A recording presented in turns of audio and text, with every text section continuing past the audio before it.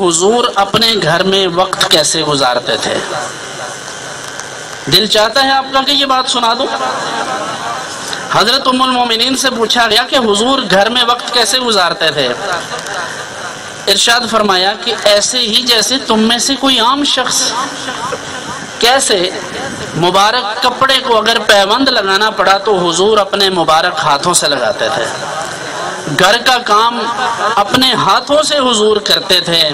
अपने जूते मुबारक दुरुस्त करना पड़ते हैं, उनकी तसहीह करना होती तो उन्हें हुजूर अपने हाथों से करते। ईमान से कहियो, इतने इतने बड़े चौधरी, इतने उलमा, इतने पीराने इज़ाम अपने टेबल से, डाइनिंग टेबल से अपने बर्तन उठाकर किचन तक ले जाते हैं। क्या हम अपना तस्मा बांधना, अपने सॉक्स पहनना, अपना जूता पहनना अपने लिए आर नहीं समझने लगे? और दावा हमारा ये है कि हम जनाब रिसालत माब सल्लल्लाहु अलैहि वसल्लम से मोहब्बत करते हैं। इसलिए मैं आपको मशवरा भी देता हूँ और कलमा नसीहत के तौर पर भी कहता हूँ कि अपने घर का काम काज खुद कीजिए। ये जनाब रसूल करीम सल्लल्लाहु अलैहि वसल्लम की सुन्नत है। हम यहाँ काम करना तो अपने लिए आर समझते हैं, लेकिन उन गैर मुस्लिमों के लिए जो हमें जूते की नोक पर भी नहीं रखते, कोई इस बात से, ये सब लोगों को पता है, ये बातें अब पोशीदा नहीं रहती। सोशल मीडिया पर इसके फुटेजेस मौजूद हैं कि हमारे यहाँ के प्राइम मिनिस्टर और वजीर और मतलब आम जो डिप्लोमेट्स होते हैं, ये जब जाते हैं तो जो कुछ अमेरिका वाले, यूरोप वाले इनका हाल करते हैं इमिग्रेशन की लाइनों में, वो दुनिया देखती है। तो जिनके पास जाने के लिए हम तरसते हैं, मैं नहीं कहता कि वहाँ ना जाएं, अच्छी बात है, जाएं, सेटल हो जाएं, काम करें, अच्छी बात है, दुनिया भी देखें, सीखें भी, लेकिन ये यहाँ पर काम नहीं करते, वहाँ जाकर टायर को पंक्चर भी लगा लेते हैं। इस ज़माने में हमारे एक दोस्त थे, वो यहाँ से पहले सऊदीया में रहा करते थे, फिर वहाँ से 5 साल बाद वापस आ गए, फिर वो दुबई चले गए, फिर उन्होंने कोशिश की यूरोप की, वहाँ सेटिंग नहीं हुई, फिर यूके में चले गए। एक दफ़ा इत्तेफाक से मैंने उनसे पूछा कि हजरत वहाँ करते क्या हैं? उन्होंने कहा जनाब है गल ना पूछो। मैंने कहा फिर भी बताएं तो सही। कहा कि गाड़ियाँ धोता हूँ, कार वॉश करता हूँ।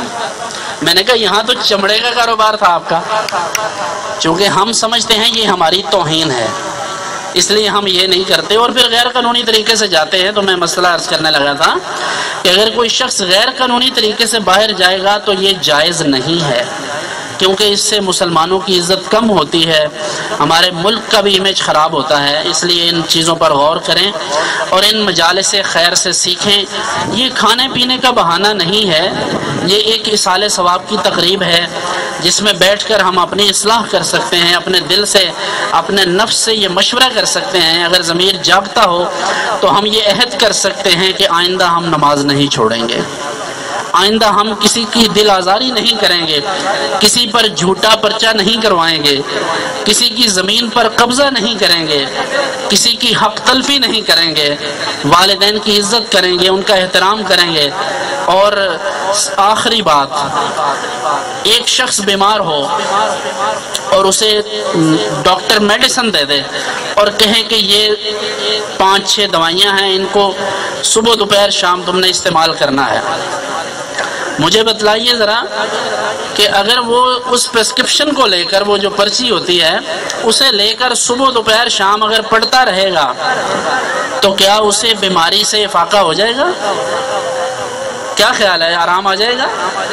कैसे आराम आएगा? जब उस दवा को लेगा फिर उसे इस्तेमाल करेगा। बस यही बात है कि ये कुरान ज़ालिकल किताबु ला रैब फीह, जिसमें कोई शक नहीं है, कोई शुबा नहीं है, ये अल्लाह की किताब है। ये किताब ला रैब सिर्फ रट्टा लगाने के लिए नहीं उतरी थी। अव्वल तो हमारे पास इतना भी वक्त नहीं कि हम इसे पढ़ सकें। तर्जमा और तफसीर के साथ समझो ताकि ये तुम्हारे दिल में उतर जाए और तुम्हारी ज़िंदगी समझ जाए। सिर्फ ज़िंदगी नहीं, आखिरत भी समझ जाए। अल्लाह रब्बुल इज़्ज़त की बारगाह में दुआ है कि चौधरी अब्दुल सत्तार साहब के दराजात बुलंद फरमाए और ख़ानदान के जितने भी अफराद इस दुनिया से गए, अल्लाह सबको जन्नत में आला मकाम अता फरमाए। जो अब आप शरीक हैं, अल्लाह सबकी दिली मुरादें पूरी फरमाए। आखिर दावा अल्हम्दुलिल्लाह। दुआ एक दफ़ा सूरह फातिहा, 3 दफ़ा सूरह इखलास पढ़ दीजिए।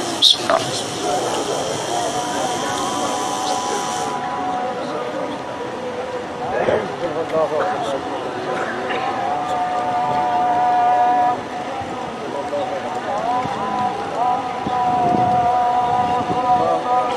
چلے گئے خواتین اور حضرات جو بھی، مالک کریم سب کو اس کا ثواب عطا فرمانا، اے اللہ ان کے درجات بلند فرمانا، مالک کریم ان کی کوتاہیوں کو معاف فرمانا، حضور نبی کریم علیہ الصلوۃ والتسلیم کے توسل سے انہیں ان کے درجات بلند فرمانا، جو بھی ان کے اولاد و احفاد ہیں، ان کے جمیع صاحبزاد بھی اس مجلس میں تشریف فرما ہیں، جو بھی احباب کے دلوں میں نیک اور جائز تمنائیں ہیں مالک کریم وہ پوری فرما دیں، اے اللہ ہمارے ظاہر اور باطن کو پاک فرما دیں، اے مالک کریم ہمارے صغیرہ اور کبیرہ گناہوں کو معاف فرما، اے اللہ بیماروں کو شفائے کاملہ عطا فرما، ظاہری اور باطنی امراض دور فرما، مالک ہم سب کو دین اسلام پر چلنے کی توفیق عطا فرما، اے مالک کریم مسلمانوں کو عزتیں عطا فرما، اہل اسلام جہاں جہاں موجود ہیں مالک ان کو عزتیں عطا فرما، احباب کی جمیع مشکلات کو آسان فرما، جن کے بچیوں کے لیے اچھے اسباب نہیں ہیں تو مسبب الاسباب ہیں، ان کے لیے اچھے اسباب پیدا فرما دے، جو بے روزگار ہیں انہیں اچھا روزگار،